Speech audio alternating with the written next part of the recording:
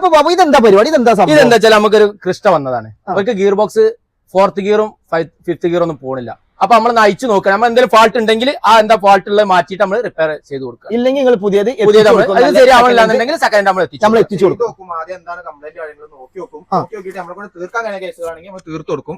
അല്ലാന്നുണ്ടെങ്കിൽ നമ്മളത് സാധനം ഗിയർ ബോക്സ് എത്തിച്ച് പിന്നെ ഗിയർ ബോക്സ് ഒന്ന് കണ്ടിട്ട് മാത്രല്ല ബാക്കി സാധനങ്ങൾ ഗിയർ ബോക്സ് ആണ്.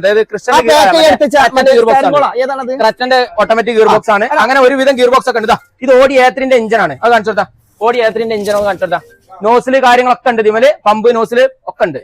ഓക്കെ, ഓടി A3 ഇത് ഉണങ്ങാൻ വെച്ചാൽ അത് പാക്കിങ് വെച്ചാൽ ഉണങ്ങാൻ വർഷോപ്പാര് സ്ഥിരമായിട്ട് എന്റെ അടുത്ത് നിൽക്കും. ഹോൾസെയിൽ ആയിട്ട് കൊടുക്കും.